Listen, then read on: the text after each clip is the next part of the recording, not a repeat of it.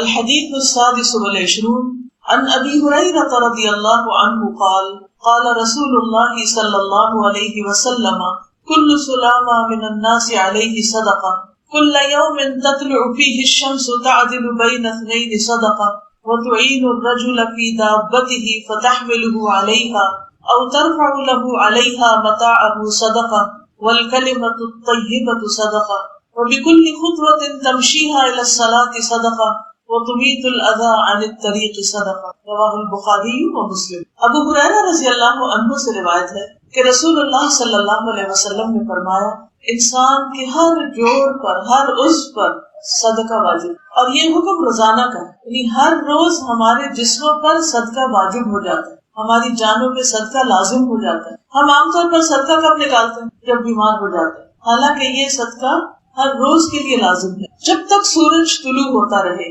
اب صدقہ ادا کیسے کیا جائے؟ فرمایا دو آدمیوں کے درمیان عدل کرنا بھی صدقہ، یعنی انصاف کی بات کرنا، کسی کو جانور پر سوار ہونے میں مدد فراہم کرنا، یعنی کسی کو گاڑی پہ بیٹھنے میں مشکل ہے تو اس کو اوپر چڑھا دینا، اس کا ہاتھ پکڑ لینا یا اس کا سامان پکڑ لینا، یا کسی بھی طرح اس کے لیے سہولت پیدا کرنا، یا اس پر کسی کا سامان لادنا بھی صدقہ ہے، اچھی بات بھی صدقہ ہے، اور وہ قدم جو نماز کے لیے مسجد کی طرف اٹھتا ہے وہ بھی صدقہ ہے، اور راستے سے تکلیف دہ چیز کا ہٹا دینا بھی صدقہ ہے۔ عام طور پر ہم یہ سمجھتے ہیں کہ شاید صرف مال خرچ کرنا ہی صدقہ ہے، جبکہ یہ سارے کام جسم سے تعلق رکھتے ہیں، کیونکہ جسم کا صدقہ دینا ہے، اپنے ہر عضو کا صدقہ دینا ہے، تو اس کے لیے کیا کرنا ہوگا؟ اپنے ہر عضو کو استعمال کرنا ہوگا، کام کرنا ہوگا، حرکت کرنی ہوگی، اپنے جسم سے، اپنی جان سے، اپنی صلاحیتوں سے فائدہ اٹھانا ہوگا اور دوسروں کو فائدہ پہنچانا ہوگا، تب یہ صدقہ ادا ہوگا۔ خود غرضی کی زندگی بسر کرنا، صرف اپنے لیے جینا،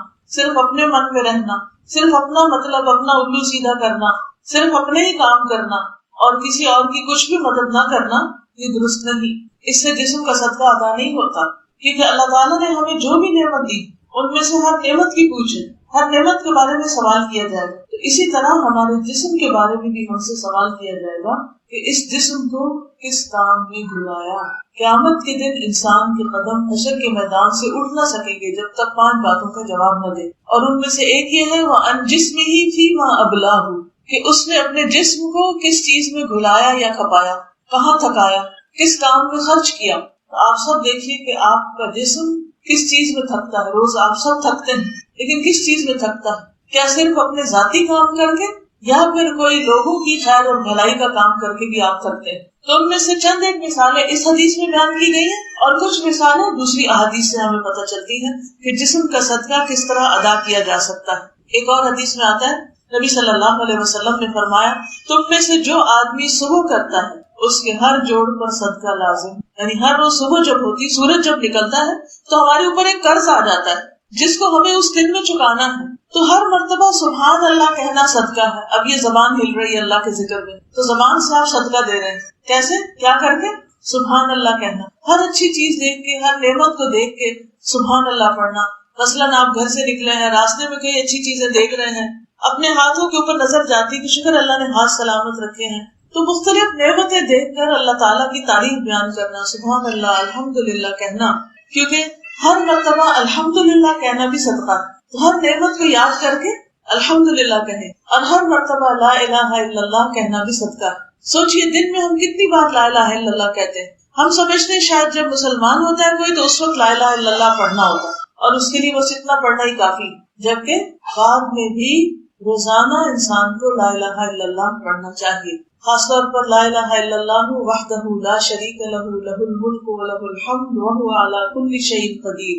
جو شخص 100 دفعہ یہ کلمہ روز پڑھتا ہے وہ سب سے زیادہ نیک عمل کرتا ہے، سوائے اس کے کہ کوئی اور بھی ایسا ہی کرے یا اس سے زیادہ کرے۔ یعنی جو شخص یہ کلمہ لا الہ الا اللہ وحدہ لا شریک لہ ہر روز پڑھتا 100 دفعہ، تو گویا اس نے اللہ سبحانہ وتعالیٰ کی وحدانیت بیان کی، شرک کی نفی کی، اللہ سبحانہ وتعالیٰ کو خوش کیا اور بار بار اس کا اقرار کیا۔ ایسا شخص شیطان کی شر سے بھی محفوظ رہتا ہے۔ تو اس لیے کیا کرنا چاہیے؟ زبان سے بھی ذکر کرنا چاہیے، تو زبان کا ذکر بھی ہمارے لیے کیا شمار ہوگا؟ صدقہ۔ ایک اور حدیث سے یہ پتہ چلتا ہے کہ جو یہ صدقہ ادا نہیں کرتا وہ اپنے آپ کو آگ سے آزاد نہیں کرتا، یعنی جو جسم کا صدقہ نہیں دیتا وہ آگ سے آزاد نہیں کر سکتا، اپنے آپ کو آگ سے چھڑا نہیں سکتا۔ رسول اللہ صلی اللہ علیہ وسلم نے فرمایا بنی آدم کے ہر انسان کو 360 جوڑوں پر پیدا کیا گیا. ہمارے جسم کے کتنے جوڑ ہیں؟ 360. پس جو شخص اللہ اکبر، الحمدللہ، لا الہ الا اللہ، سبحان اللہ، استغفر اللہ کہے اور مسلمان کے راستے سے پتھر یا کانٹا یا ہڈی ہٹا دے یا نیکی کا حکم دے، برائی سے روکے، 360 جوڑوں کی گنتی کے برابر وہ یہ سب کام کرے، یعنی 360 دفعہ یہ سب چیزیں ملا کے بھی اگر ہو جائے تو وہ اس دن یوں چلتا ہوگا کہ اس نے اپنے نفس کو جہنم کی آگ سے دور کر لیا، بچا لیا، آزاد کر لیا. یعنی آپ نے گویا اس دن کا اپنا قرضہ چکا دیا. پھر اگلے دن صبح کریں گے تو پھر کیا ہوگا؟ نیکسٹ ڈے جب آپ صبح کریں گے تو پھر کیا ہوگا؟ دوبارہ سے قرضہ آ جائے. اب اس دن پھر آپ نے تسبیحات پڑھنی، پھر آپ نے صدقہ کرنا ہے، پھر آپ نے اچھے اچھے کام کرنے ہیں تاکہ اس دن کا بھی حساب پاک ہو جائے. غفلت میں دن نہیں گزارنا، یا اللہ کا ذکر کرنا ہے یا بندوں کی خدمت کرنی ہے، بندوں سے تکلیف ہٹانا، تکلیف دور کرنا. اور ہمارا حال یہ ہے کہ کھا کر اپنی پلیٹ کی ہڈیاں بھی بن میں نہیں پھینکتے، کسی اور کے راستے سے تو کیا ہڈی ہٹائیں گے. یعنی ہم اتنے کام چور ہیں، سارا یا تو ماں پہ ڈال دیتے ہیں یا سروس پہ ڈال دیتے ہیں. یعنی اپنے حصے کی جو صفائی ہے یا اپنے حصے کا جو کام ہے اس کو کرنا بھی اپنی شان کے خلاف سمجھتے. تو پھر کس چیز سے آپ صدقہ ادا کر رہے ہیں، کس طرح اپنی ذمہ داری پوری کر رہے ہیں، ہمیں سے ہر ایک کو سوچنا چاہیے. پھر نماز، روزہ، حج اور اذکار یہ سب انسان کا صدقہ ہے. ابو الاسود الدؤلی کہتے ہیں کہ ہم ابو ذر رضی اللہ عنہ کے پاس تھے کہ انہوں نے کہا صبح ہوتی ہے تو تمہارے ایک ایک کے جوڑ پر صدقہ لازم ہو چکا ہوتا ہے اور ہر روز ایسے ہوتا ہے. چنانچہ اس کی ہر نماز، روزہ، حج، تسبیح، تکبیر، تحمید سب صدقہ.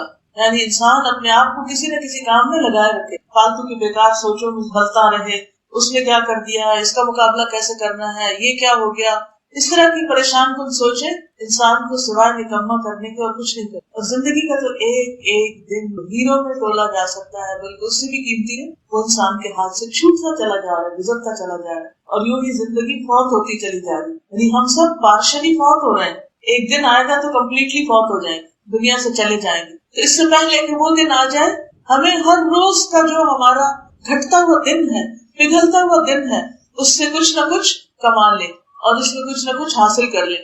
پھر اسی طرح اللہ کے بندوں کو سلام کرنا، سلام میں پہل کرنا، یہ بھی صدقہ ہے. نبی صلی اللہ علیہ وسلم نے جب صحابہ کو بتایا کہ ہر انسان کے ہر جوڑ پر صدقہ ہے، یعنی صبح کے وقت واجب ہوتا ہے، تو مسلمانوں کو یہ بات بہت مشکل لگی کہ اتنے پیسے تو ہمارے پاس ہے نہیں کہ ہم 360 روپے خرچ کریں یا 360 کچھ چیزیں اللہ کے راستے میں دیں، تو ہمارا بنے گا کیا؟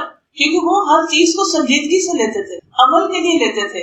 اور ہماری نیت صرف سننے کی ہے، سن کے دل بہلانے کی ہے، صرف دوسروں کو بتانے کی ہوتی ہے، اپنے عمل کی بات کبھی سوچتے ہیں ہم نے کیا کرنا. کیونکہ اگر ہم سوچتے ہوتے تو ہمارے عمل میں تبدیلی آ چکی، ہمارا ہر دن پہلے سے زیادہ امپروومنٹ کی طرف ہوگا. لیکن جب ہماری شخصیت میں، ہمارے عمل میں، ہماری چال ڈھال میں، ہمارے طریقے میں کوئی امپروومنٹ نظر نہیں آتی، نہ ہماری گفتگو میں، تو پھر اس کا کیا مطلب ہے کہ ہم نے گویا علم حاصل ہی نہیں کیا، ہم نے کچھ پایا ہی نہیں، کچھ سیکھا ہی نہیں. کیونکہ اگر سیکھتے تو وہ نظر آتا، وہ چیزیں ہم کر رہے ہوتے. تو اس لیے بہت ضروری ہے کہ کسی کو بتانے سے پہلے خود اپنے اندر وہ چیز لائیں، ورنہ کیا ہوگا، وہ بتایا ہوا بھی خلاف حجت بن جائے گا، وہ بھی الٹا پڑ جائے گا. تو یہ سب کچھ کیا ہے، اس نیت سے سنیں کہ مجھے کرنا ہے، یہ میرے لیے ہے، اور پھر اپنا محاسبہ بھی کریں، اپنا جائزہ بھی لیں کہ کیا میری زندگی میں یہ چیزیں شامل ہو بھی رہی ہیں کہ نہیں ہو رہی. تو بہرحال جب نبی صلی اللہ علیہ وسلم نے یہ حدیث بتائی تو صحابہ کو پریشانی ہوئی کہ یہ کریں گے کیسے. کوئی بھی آپ کے کہے آپ کے آپ مقروض ہو چکے ہیں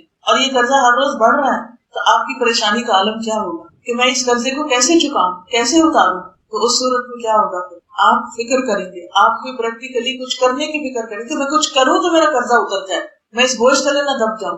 تو ہمیں بھی ایسے ہی سننا چاہیے اس حدیث کو جیسے صحابہ نے سنا، اور ویسے ہی فکر لگانی چاہیے جیسے صحابہ نے لگائی. تو آپ صلی اللہ علیہ وسلم نے ان کو فرمایا کہ بندوں کو سلام کرنا بھی صدقہ، یعنی ایک طرف ذکر کرنا اور دوسرا یہ کہ بعض اوقات کیا ہوتا ہے کہ آپ لوگوں میں ہوتے ہیں، اس وقت آپ ذکر کم کر پاتے ہیں کیونکہ کوئی آپ سے کچھ پوچھ رہا ہے، کوئی کچھ پوچھ رہا ہے، ذکر پر اتنی کنسنٹریشن نہیں ہوتی. تو ایسی صورت میں انسان کو پھر کیا کرنا چاہیے کہ جب لوگوں کے بیچ میں ہو تو لوگوں کی خدمت میں لگ جائے. سب سے آسان خدمت کیا ہے کہ ان کو سلام کریں، اور اس بات کو عادت بنا لینا چاہیے کہ صبح اٹھتے ہی اپنے سب گھر والوں کو سلام کریں، ایک دوسرے کو سلام کریں. جس گھر میں یہ عادت ہو کہ صبح اٹھ کر چھوٹے بڑوں کو، بڑے چھوٹوں کو ہر طرف سلام کی آواز آ رہی ہو، تو آپ دیکھیے کہ اس پر کتنی رحمتیں اور برکتیں ہوں. اس دن کا آغاز پورے گھرانے کے لیے سلامتی کے ساتھ ہوگا. اور جس میں نحوست کے بارے اٹھے اور کوئی کسی کی شکل نہ دیکھنا چاہے تو وہاں پر کیا رحمت آئے گی. پھر اسی طرح پانی کا گھونٹ پلانا. اب پہلا کیا تھا کہ جب آپ اکیلے ہیں اللہ کا ذکر کریں، اور جب آپ لوگوں میں ہیں تو ان کی خدمت کریں، کیونکہ خدمت میں عظمت ہے. کسی انسان کی بڑائی کسی کے دل میں آ نہیں سکتی جب تک وہ دوسروں کی خدمت نہ کرے. اور اس کے لیے انسان اپنی نگاہوں سے یہ دیکھے کہ دوسرے کو کس چیز کی ضرورت ہے اور پھر آگے بڑھے. تو پانی کا گھونٹ پلانا بھی صدقہ ہے. نبی صلی اللہ علیہ وسلم نے فرمایا آدم کے بیٹے کے کل 360 جوڑ یا ہڈیاں ہوتی، ہر روز ہر جوڑ کی طرف سے صدقہ ادا کرنا لازم ہوتا ہے. ہر اچھی بات صدقہ ہے. آدمی کا اپنے بھائی کی مدد کرنا صدقہ ہے. پانی کا ایک گھونٹ پلانا بھی صدقہ. اور بعض اوقات ہم اس کو بھی بخل کر جاتے ہیں. مثلا پانی اگر کم ہو یا صرف اپنی بوتل ہو اور ہمیں پتہ چل جائے کہ کسی اور کی بھی ضرورت ہے تو بعض اوقات لوگ نگاہ ہی نہیں ملاتے تو ہمیں دینا نہ پڑ جائے. ہم سے نہ کوئی مانگ لے، ہمارے گھر سے نہ کوئی لے لے آگے. تو شیطان جو ہے وہ انسان کو فقر کی دھمکی دیتا ہے، فقر سے ڈراتا ہے، خوف دلاتا ہے کہ تمہارا کیا بنے گا. اس لیے وہ دوسروں کے ساتھ شیئر نہیں کرنے دیتا. یہ خود غرضی بھی شیطان کی طرف سے ہوتی ہے. انسان صرف اپنا فائدہ سوچے اور باقی سب کو بھول جائے. یہاں پر کیا پتہ چلتا ہے کہ انسان کا کسی کو چھوٹا سا فائدہ پہنچانا، یعنی ایک گھونٹ دینا، وہ بھی صدقہ ہے. ایک اور حدیث سے بھی پتہ چلتا ہے، آپ نے فرمایا صبح ہوتی ہے تو ابن آدم کے جوڑ جوڑ میں صدقہ لازم ہو چکا ہوتا ہے. چنانچہ اس کا اپنے ملنے والوں کو سلام کرنا صدقہ ہے، نیکی کا حکم دینا صدقہ ہے، برائی سے روکنا صدقہ ہے، راستے سے اذیت والی چیز دور کرنا صدقہ ہے، اپنی اہلیہ سے ہم بستر ہونا صدقہ ہے، بیوی کے ساتھ محبت کرنا، بیوی کا خیال کرنا، اس کی ضرورت پوری کرنا اور اس کو ٹائم دینا، یہ بھی صدقہ ہے.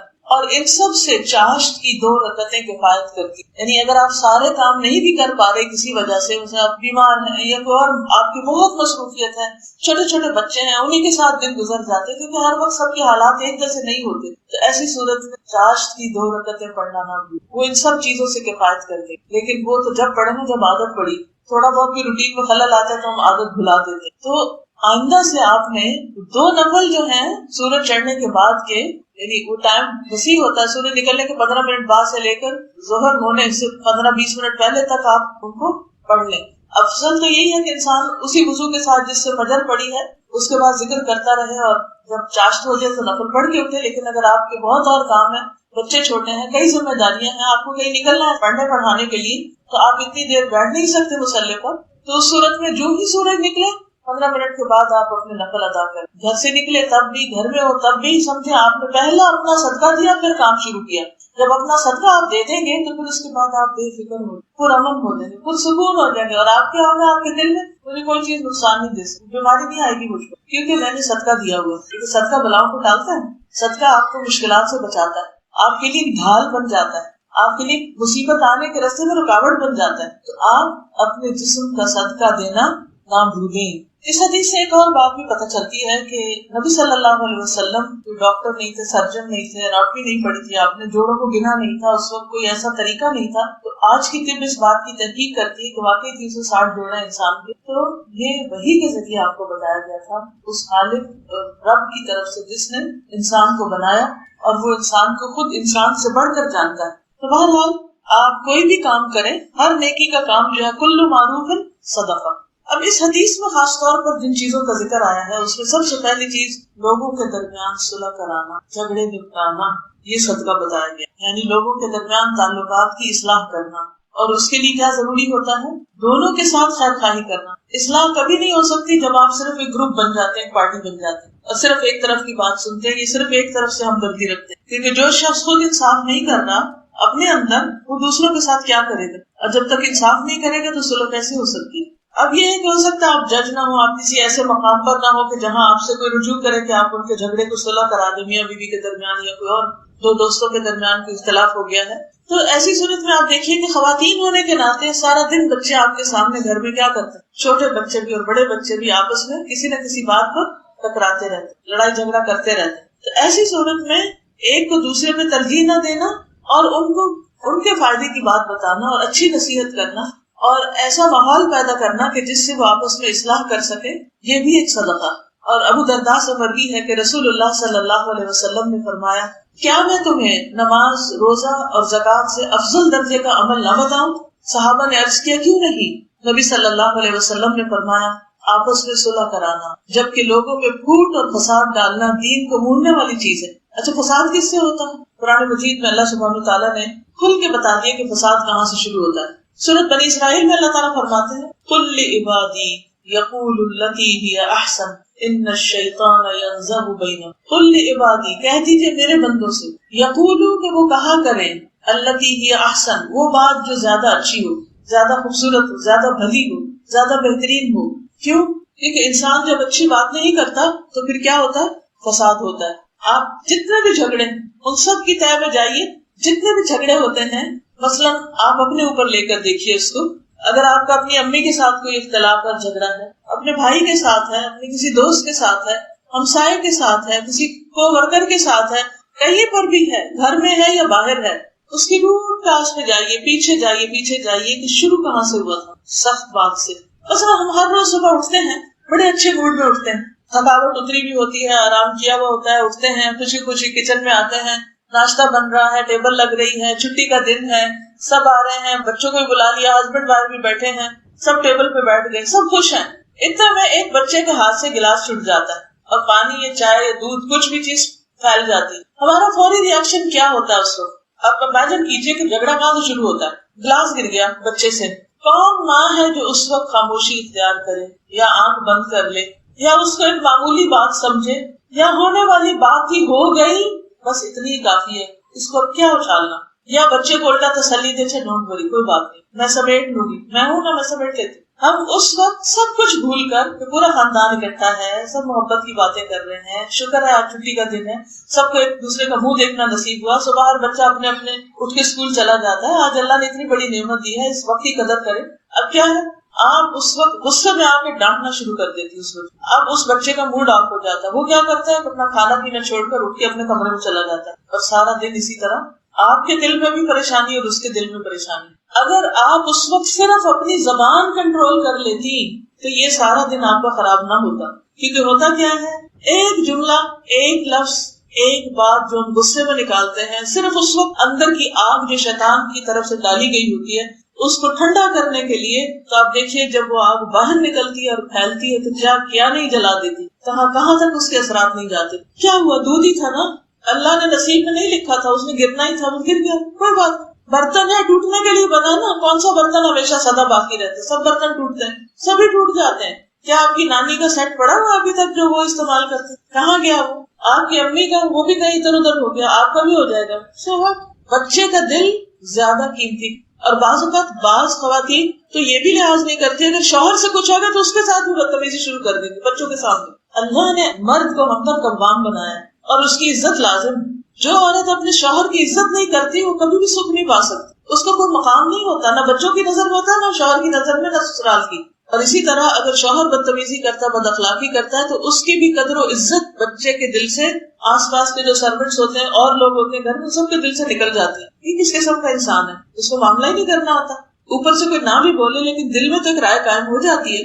تو کیا تھا اگر ہم چوٹ لگنے پر زبان روک لیتے؟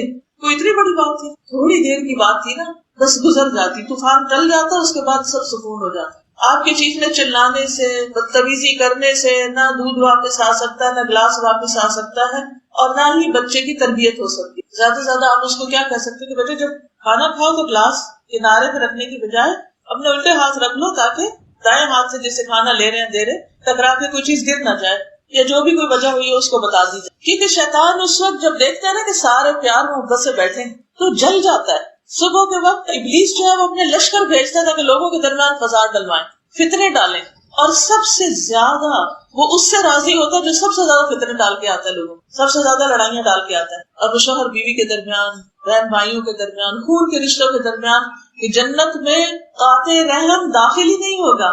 جو رشتوں کو کاٹے وہ جنت میں نہیں جائے گا. لیکن کس طرح شیطان نے بہکایا ہوا لوگوں کو اپنے قابو میں کیا ہوا، خبردار جو تم اپنے رشتہ دار سے صلح کرو، خبردار جو تم اس سے بات کرو، اور کئی تعویلیں کر کے مطمئن کیا ہوا ہے. اور اگر کوئی کوشش بھی کرے صلح کرانے کی تو اس کو موقع ہی نہیں دیتے، بات ہی نہیں کرنے دیتے.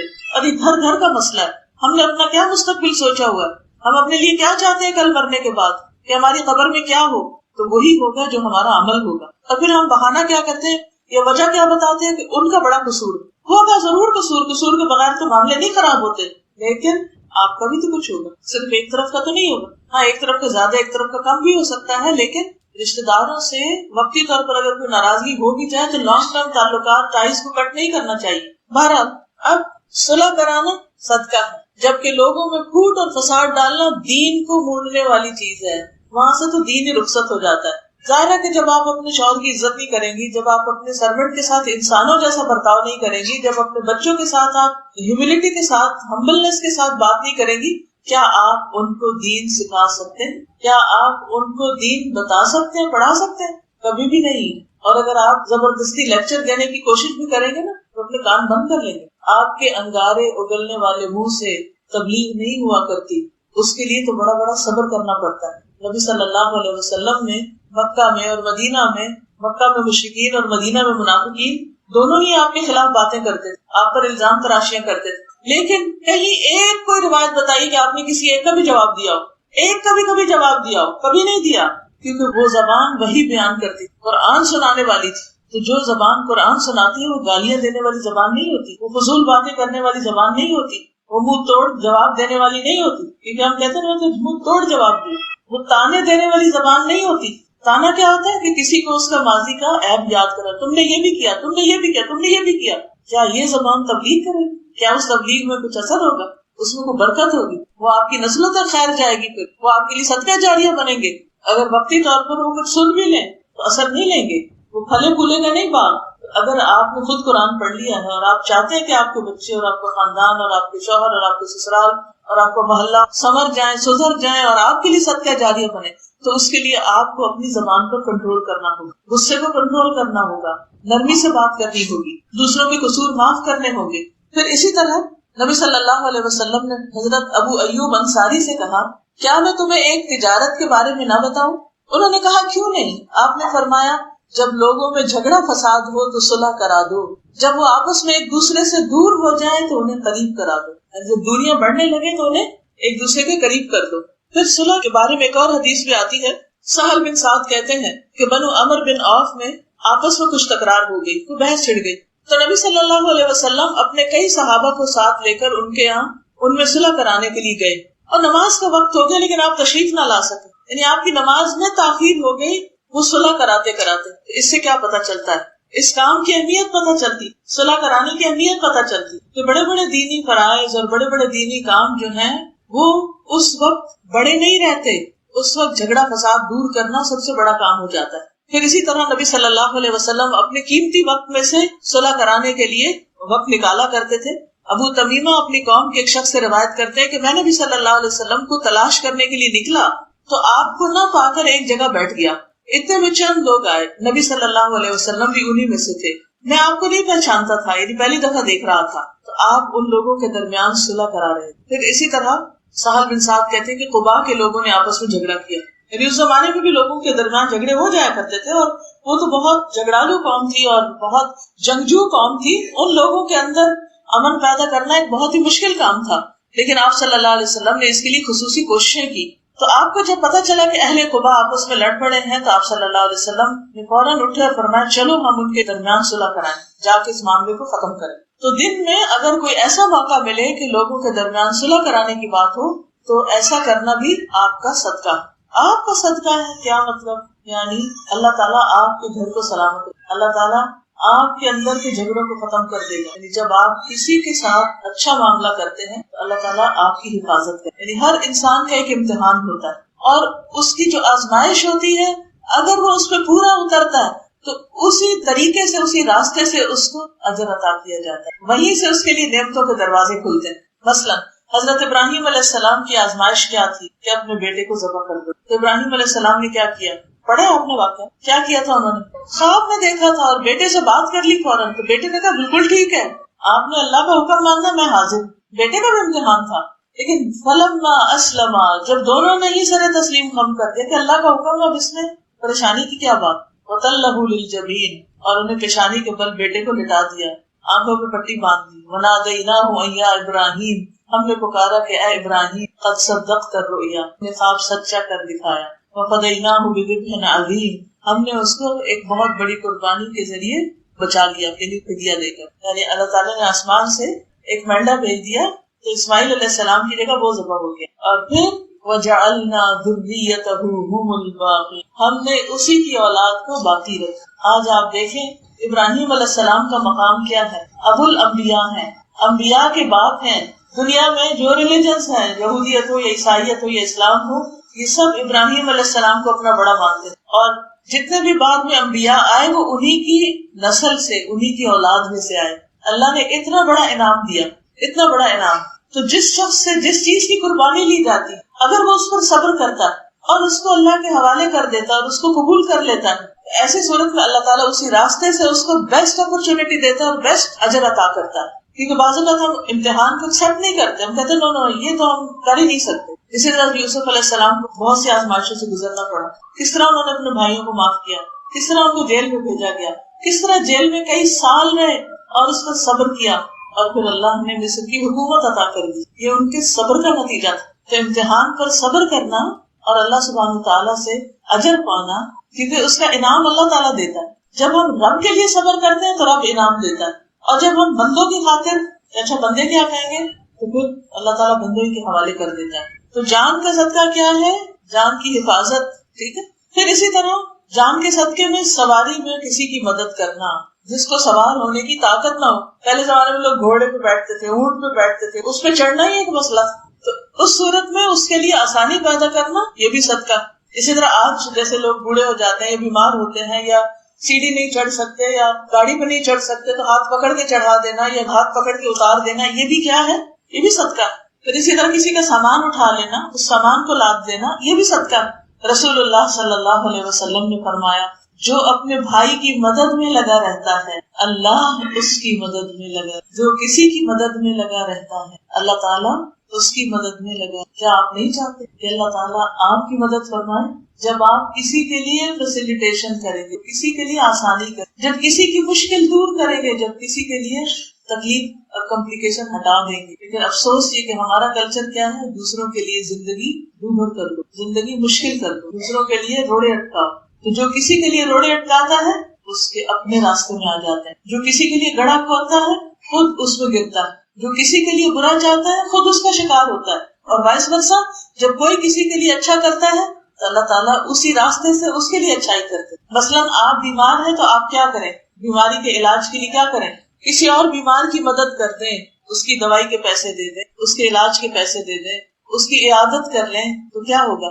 آپ کے لیے اللہ تعالیٰ آسانی کرے۔ مثلاً بعض اوقات ایسا ہوتا ہے نا کہ جیسے آپ ہاسپٹل میں جاتے ہیں تو وہاں آپ کو ایسے مریض نظر آ جاتے ہیں کہ جو اپنے علاج کے پیسے ادا نہیں کر سکتے، اور آپ کے پاس پیسے ہوتے ہیں، تو اس وقت کیا کرنا چاہیے؟ صرف اپنے مریض کو نہیں دیکھنا چاہیے، دوسرے مریضوں کو بھی دیکھ لینا چاہیے۔ اللہ تعالیٰ اس صدقے کی برکت سے آپ کی بیماری دور کر دے، ہلکی کر دے۔ جس چیز میں، یاد رکھیے، جس چیز میں آپ آسانی چاہتے اس قسم کی چیز میں دوسروں کے لیے آسانی، یاد رکھیے، جس معاملے میں آپ اپنے لیے آسانی چاہتے ہیں اس قسم کے کسی دوسرے کے معاملے کو آسان کر دیں، اس کے لیے مشکل نہ پیدا کریں، اس کی مدد کریں۔ اور obviously مدد کرنے میں انسان کو تکلیف ہوتی ہے، کبھی مال لگانا پڑتا ہے، کبھی جان لگانی پڑتی ہے، کبھی وقت لگانا پڑتا ہے، کبھی عقل کھپانی پڑتی ہے، کیونکہ کسی کی مدد کرنا آسان تو نہیں ہوتا، کچھ نہ کچھ تو آپ کو کرنا ہی پڑے گا۔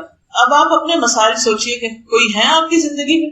ہمارے استاد کہا کرتے تھے، اگر آپ کا بچہ کھانا نہیں کھاتا، کسی غریب کے بچے کو کھانا کھلائیے، آپ کا بچہ خود کھانا کھانے لگے، پھر آپ کو اس کے پیچھے دوڑنا نہیں پڑے گا۔ لیکن ہمیں کوئی اور کسی کا بچہ کہاں سے یاد ہو، ہمیں تو اپنا ہی نظر آتا ہے، تو ہم اسی کو کھلانے کے پیچھے بھاگتے ہیں۔ آپ چاہتے ہیں آپ کی بیٹی کی ڈلیوری آسان ہو جائے، آپ کسی غریب کی بیٹی کے لیے کچھ کھانے پینے، کچھ علاج معالجے کا بندوبست کر دیں، چلے جائیں کسی ایسے ہاسپٹل میں، کسی ایسے وارڈ میں جہاں ایسے مریض ہو، وہاں جا کے کچھ صدقہ کرائیں، ان کے لیے آسانی کر دیں۔ آپ دیکھیں آپ کے لیے کتنی آسانی ہو۔ اگر آپ چاہتے ہیں آپ کے بچے دین پڑھ جائیں تو آپ دوسروں کے بچے پڑھانے کی فکر کریں۔ بہت سی مائیں صرف اپنے بچوں کا تو خوب خیال رکھتی، لیکن وہ نہیں سوچتی کہ ان کے ساتھ پلنے والے دوسرے بچے جن کی ماں کو اتنے دین کا نہیں پتا، وہ کس رخ پہ جا رہے ہیں، وہ کس طرح بگڑ رہے، تو کیا میں اپنے بچے کو بگڑے ہوئے معاشرے میں چھوڑوں گی؟ تو اس کے اثرات تو ظاہر ہے آپ ہی کے بچے پر آئیں گے۔ کیسے بچائیں گی؟ بچ نہیں سکتا وہ، جس رنگ میں آپ نے ڈالا وہ تو چڑھ کے رہے گا۔ ہاں، اس رنگ کو بدلنے کی کوشش کریں گے تو دوسروں کا بھی بھلا ہوگا، آپ کا بھی ہوگا۔ تو یہ تو چند مثالیں میں نے آپ کو دی، لیکن آپ اپنے طور پر اور مثالیں سوچ سکتے ہیں۔ جب آپ کو شدید بھوک لگے تو کسی کی بھوک کا سوچ لیا کریں، تو پتہ نہیں ان کے اوپر کیا گزر رہی ہوگی۔ تو جس چیز میں آپ آسانی چاہتے ہیں وہ چیز دوسروں کے لیے آسان ہے. سمپل سا فارمولا، کیونکہ اللہ کا وعدہ ہے جو کسی کی مدد کرے گا اللہ اس کی مدد. نبی صلی اللہ علیہ وسلم نے فرمایا جس نے کسی مسلمان سے دنیا کا ایک دکھ دور کیا اللہ عز و جل اس سے قیامت کے روز کا ایک دکھ دور کرے گا، اور جس نے کسی مشکل میں پڑے شخص کی آسانی کی اللہ اس کے لیے دنیا اور آخرت میں آسانی پیدا. اور اللہ عز و جل اس وقت تک بندے کی مدد میں رہتا ہے جب تک بندہ اپنے بھائی کی مدد میں رہتا ہے. پھر یہ بھی ہے کہ اس طرح کا صدقہ انسان کو اللہ کا محبوب بنا دیتا ہے، اللہ کا پیارا بنا دیتا ہے. کیا آپ کا دل چاہتا ہے اللہ آپ سے محبت کرے؟ کیونکہ ہم سب یہ تو بڑا دعویٰ کرتے ہیں کہ ہم اللہ سے محبت کرتے ہیں، ہر دوسرا بندہ یہ کہتا ہے مجھے اللہ سے بڑی محبت ہے. یہ تو کوئی بڑی بات نہیں، سبھی دعویٰ کرتے ہیں.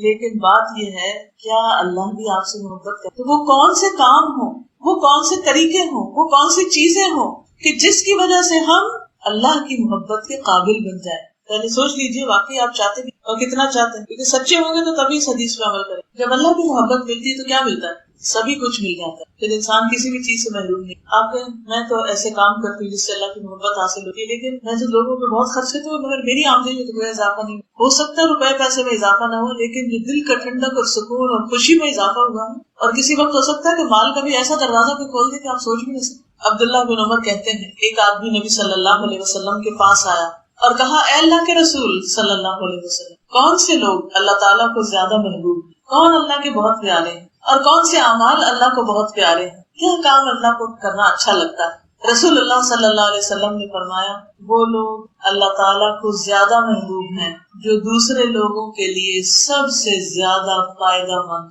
ہر وقت دوسروں کو فائدہ پہنچانے کی سوچ کہ کس کے ساتھ کیا بھلائی کر سکوں. اور یہ نہیں کہ زندگی میں کبھی ایک دفعہ بھلائی کر لی تو کیا میں نے سب کے ساتھ کر لی، آج کے دن میں نے کس کے ساتھ کیا بھلائی کی، کس کو کیا فائدہ پہنچایا. تو چھوٹے چھوٹے نیکی کے کام خوش ہو کے کریں، کام چور نہ ہو. کام چور ہونا ذلت کا باعث ہے، آپ کی قدر و قیمت میں کوئی اضافہ نہیں کرے گا، خود غرض ہونے سے آپ لوگوں سے دور ہو جائیں گے. تو سب سے زیادہ اللہ کا محبوب کون ہے؟ جو سب سے زیادہ دوسروں کو فائدہ پہنچاتا ہے، یعنی جو سب سے زیادہ خود فائدہ اٹھاتا ہے. اور اللہ تعالیٰ کو سب سے زیادہ پسندیدہ اعمال یہ ہیں مسلمان کا اپنے بھائی کو خوش کر دینا، اس سے کسی تکلیف کو دور کرنا، اس کا قرضہ ادا کر دینا، اسے کھانا کھلانا. پھر فرمایا مجھے اپنے کسی بھائی کی ضرورت پوری کرنے کے لیے اس کے ساتھ چلنا، اس کے ساتھ جانا مسجد نبوی میں 1 ماہ کے اعتکاف سے زیادہ ملے. یعنی آپ کو مثلاً 1 مہینے کا ویزا ملے اور آپ 1 مہینہ مسجد کے اندر بیٹھ کے مدینہ میں عبادت کر کے آئیں، اس سے زیادہ پیارا تھا نبی صلی اللہ علیہ وسلم کو کہ کسی مصیبت میں پڑے انسان کے ساتھ جا کر مل کے اس کی مصیبت کو آسان کر دیا، اس کی حاجت پوری کرنے کے لیے اس کے ساتھ جایا جائے. کیونکہ بعض کام ایسے ہوتے ہیں کہ جس میں انسان گھبرا رہا ہوتا ہے کہ پتہ نہیں کیسے کروں، انسان اس کے لیے سہولت پیدا کرے. فرمایا جس نے اپنے غضب کو روک لیا، غصے کو روک لیا، اللہ تعالیٰ اس کی خامیوں پر پردہ ڈال دے گا، یعنی اس کے اندر جو عیب ہوں گے، غلطیاں ہوں گی، وہ چھپ جائے گی. اور جو شخص اپنے غصے کو نافذ کرنے کی طاقت کے باوجود، یعنی غصہ نکال سکتا تھا تو غصے کو نکالنے کی طاقت کے باوجود اگر اس کو کنٹرول کر لے، نہیں غصہ نکالتا، تو اللہ تعالیٰ قیامت کے دن اس کے دل کو امیدوں سے بھر دیں گے. یعنی اس دن اس کو خوشی ہوگی کہ مجھے امید ہے کہ میں پاس ہو جاؤں گا، اس دن مجھے امید ہے کہ اللہ تعالیٰ مجھے جنت، یعنی اس سے خوف دور ہو جائے گا. جو اپنے بھائی کے ساتھ اس کی ضرورت پوری کرنے کے لیے چلا، اللہ تعالیٰ اس کو اس دن ثابت قدم رکھے گا جس دن قدم ڈگمگا جائے. تو سوچئے ہم کس کس کی کیا مدد کر سکتے، کس کے لیے کون سی آسانی پیدا کر سکتے، کس کے لیے کون سی مشکل دور کر سکتے. نبی صلی اللہ علیہ وسلم نے فرمایا مومن کو خوش کرنا، اس کا قرض ادا کرنا، اس کی ضرورت پوری کرنا، اس سے کسی مصیبت کو دور کرنا افضل اعمال میں سے ہے. راستہ دکھانا بھی صدقہ ہے، نابینا کے ساتھ چلنا بھی صدقہ ہے، اپنے ڈول سے کسی کے ڈول میں پانی ڈال دینا بھی صدقہ ہے، معمولی چیزوں سے کسی کی مدد کرنا جیسے رسی، تسمہ وغیرہ دینا، کوئی شاپر چاہیے کسی کو، بعض اوقات کسی کو انویلپ چاہیے ہوتا ہے، کسی کو پین چاہیے ہوتا ہے، چھوٹی چھوٹی چیزیں ان کو دوسروں کے ساتھ فوراً شیئر کرنا، فوراً مدد کے لیے آگے بڑھنا، یہ سب چیزیں صدقہ میں آتی. پھر زمین میں اجنبی سمجھے جانے والوں سے ان سے محبت کا مظاہرہ کرنا، یعنی آپ کی مجلس میں کوئی ایسا شخص ہے، مثلا بعض اوقات ایسا ہوتا ہے نا جیسے آپ برانچ میں ہے تو کوئی نیا شخص آتا ہے، وہ گھبرایا ہوتا ہے کہ پتہ نہیں یہاں اندر جا سکتے نہیں، کیسے لوگ ہیں، کیا کر رہے ہیں. کلاس میں آتا ہے تو گھبراتے ہیں کہ اچھا یہ سب تو اتنا کچھ پڑھ چکے ہیں. تو آپ کا کیا کام ہے؟ آپ فوراً اٹھیں یا اس کو خود ویلکم کریں، اس کا خوف دور کریں، اس کی وحشت دور کریں، اس کی مدد کریں، اس کو ہیلپ آفر کریں.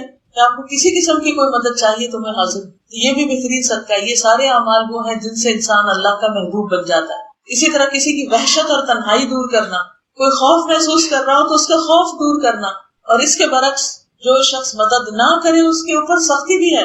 یہ نہیں کہ صرف مدد کرنے والے کے لیے آسانی ہے اور اس کے لیے خوشی ہے اور اس کے لیے اللہ کی محبت ہے, اگر کوئی نہیں کرے گا تو اس کی پکڑ بھی ہے.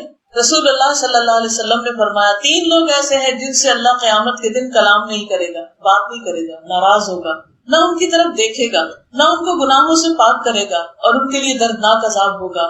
ان میں سے ایک وہ شخص ہے جس کے پاس ضرورت سے زیادہ پانی تھا اور وہ مسافروں کو نہیں پلاتا تھا. ساتھ کے مسافر پیاسے تھے لیکن وہ اپنا پانی کسی سے شیئر نہیں کرتا تھا, صرف اپنے لیے رکھتا تھا. اب کبھی آپ ٹرین میں جا رہے ہو یا بس پہ جا رہے ہو تو بعض اوقات ایسا تھا کہ چھوٹا بچہ ہلکان ہوتا ہے, رو رہا ہوتا ہے, اسے پیاس لگی ہوتی ہے, ماں کے پاس پانی نہیں, آپ کے پاس ہے, آپ خود آفر کر دیں. اور اگر آپ یہ کہیں کہ میں کیوں دوں, میں ہی کیوں نہیں لے کر آئی, لے کر آتی, یہ کیسی ماں ہے, ایسا ویسا, یہ اس وقت یہ باتیں کرنے کا, اس وقت کسی انسان کی ضرورت دیکھنے کی ہے کہ وہ کس مشکل میں, اس کو میں کیسے دور کر سکتا ہوں. اور ایک اور روایت میں ہے اللہ تعالیٰ اس سے فرمائے گا آج میں تجھ پر اپنا فضل نہیں کروں گا جس طرح تو نے اپنے فضل کو روک رکھا تھا جس کو تیرے ہاتھوں نے نہیں بنایا تھا, یعنی پانی تو نے نہیں بنایا تھا, میں نے بھیجا تھا اور تو دوسروں کو نہیں دیتا تھا. اسی طرح کسی کو غلط راستے پر ڈال دینا, مس لیڈ کرنا, اس پر بھی لعنت کی گئی. جیسے نابینا لوگ, اور نابینا میں ایک ہے نا کہ جو بائی برتھ یا ویسے آنکھوں کے نابینا ہے, اور کچھ لوگ ایسے تھے جو علم نہ ہونے کی وجہ سے نابینا ہے, یعنی ان کے پاس علم نہیں, سمجھ نہیں, عقل نہیں, اور آپ کو اس چیز کا پتا ہے تو آپ اس کو غلط گائیڈ کر دیتے ہیں تاکہ وہ پھنس جائے, آگے جا کر مصیبت میں پڑ جائے. تو ایسی صورت میں بھی انسان کو بچنا چاہیے کہ کہیں میں اگر دوسرے کو پھنساؤں گا تو اللہ کی رحمت سے دور نہ ہو جائے. اور پھر ہر اچھی بات کہنا کسی سے صدقہ ہے, والکلمۃ الطیبۃ صدقہ. پھر اسی طرح اچھی گفتگو جو ہے وہ سلامتی سے جنت میں لے جانے کا باعث ہے. نبی صلی اللہ علیہ وسلم نے فرمایا سلام پھیلاؤ, اچھی گفتگو کرو, صلہ رحمی کرو, راتوں کو جب لوگ سو رہے ہو تو قیام کرو, تم سلامتی کے ساتھ جنت میں داخل. پھر اچھی بات کی وجہ سے جنت میں خوبصورت بالا خانے ہوں. آپ نے فرمایا جنت میں ایسے بالا خانے ہیں جن کا اندر کا حصہ باہر سے اور باہر کا اندر سے نظر آتا ہے, یعنی اونچی اونچی عمارتیں گلاس کی. ایک دیہاتی نے پوچھا یا رسول اللہ یہ کس کے لیے, اتنے خوبصورت گھر کس کے ہوں گے؟ فرمایا اس شخص کے لیے جو اچھی بات کرے, ضرورت مندوں کو کھانا کھلائے, جب لوگ رات کو سو رہے ہوں تو صرف اللہ کے لیے تہجد ادا کرے. پھر مسجد کی طرف جانے کا ہر قدم صدقہ, اور مسجد میں انسان اللہ کی عبادت کے لیے جاتا ہے. تو اسی طرح جب آپ قرآن پڑھنے کے لیے گھر سے نکلتے, علم کے راستے میں نکلتے ہیں, تو وہ بھی ہر قدم اٹھانا کیا ہے, صدقہ ہے. انشاءاللہ ہر قدم پر ایک درجہ بلند ہوتا ہے, ایک گناہ معاف ہو جاتا ہے, 10 نیکیاں لکھی جاتی, آتے اور جاتے دونوں وقت اجر ہوتا ہے. یعنی ایک حدیث سے ہمیں پتہ چلتا ہے کہ رسول اللہ صلی اللہ علیہ وسلم نے فرمایا جو شخص جماعت کے لیے مسجد کی طرف جاتا ہے اس کے ایک قدم پر ایک گناہ معاف ہوتا ہے اور ایک قدم پر ایک نیکی لکھی جاتی ہے. آتے اور جاتے دونوں وقت اس کا یہی حکم. تو اپنے بچوں کو اگر آپ بتائیں گے تو خوشی سے مسجد کی طرف جائیں گے. پھر اسی طرح جس کا گھر مسجد سے جتنا دور ہو اس کے لیے اتنا ہی زیادہ اجر. پھر جنت میں ان کی مہمانی ہوگی, ایسے لوگوں پر آگ حرام ہوگی. اور پھر آخر میں راستے سے تکلیف دہ چیز ہٹانا, کوئی چادر ہو جس سے اٹک سکتا ہو, کوئی جوتا پڑا ہو, یا اور کوئی پھسلنے والے کوئی چھلکا وغیرہ ہو, کوئی بھی چیز, کوئی شاخ ہو درخت کی, کوئی کانٹے پڑے ہو, کچھ بھی ہو. یا پھر اگر فزیکل سینس میں نہیں تو کسی کے راستے سے کوئی بھی مشکل ہٹا دینا. کچھ کانٹے فزیکل نہیں ہوتے لیکن ویسے انسانوں کے راستے کی رکاوٹ ہوتے ہیں, ان کانٹوں کو دور کرنا بھی اس میں آ جائے گا انشاءاللہ.